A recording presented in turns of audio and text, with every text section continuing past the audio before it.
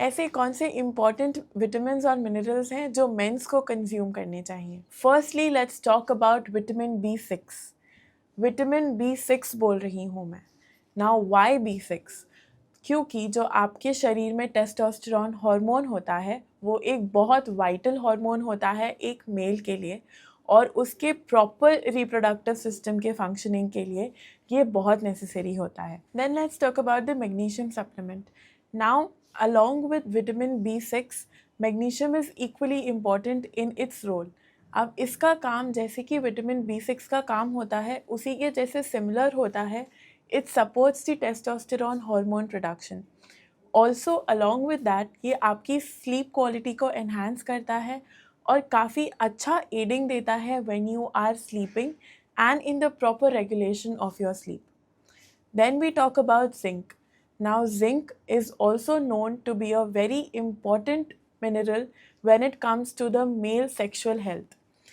आपके जो testosterone levels हैं उसके प्रॉपर प्रोडक्शन एंड उसके बूस्टिंग में zinc plays an important role. इसीलिए ऑलवेज रिमेंबर कि आपके जिंक लेवल्स हमेशा चेक में रहें। Along with that your magnesium levels also need to be in check. Then we talk about calcium. Now, calcium degrades as you age.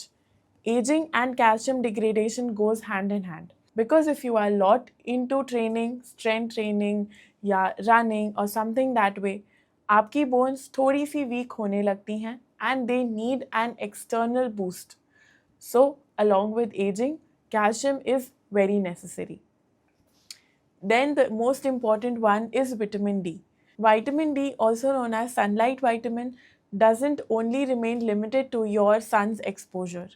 अगर आप लोग ढंग से खाना पीना नहीं खा रहे हैं और विटामिन डी के अब्जॉर्प्शन का ध्यान नहीं रख रहे हैं, so vitamin D will not get absorbed and assimilate. इसीलिए विटामिन डी लेवल्स चेक में रहना और उसके proper supplementations, be it through your natural foods, your animal foods और फोर्टिफाइड फूड्स के थ्रू लेना बहुत इसेंशियल है। Pick them up and start your vitamin D supplements ASAP.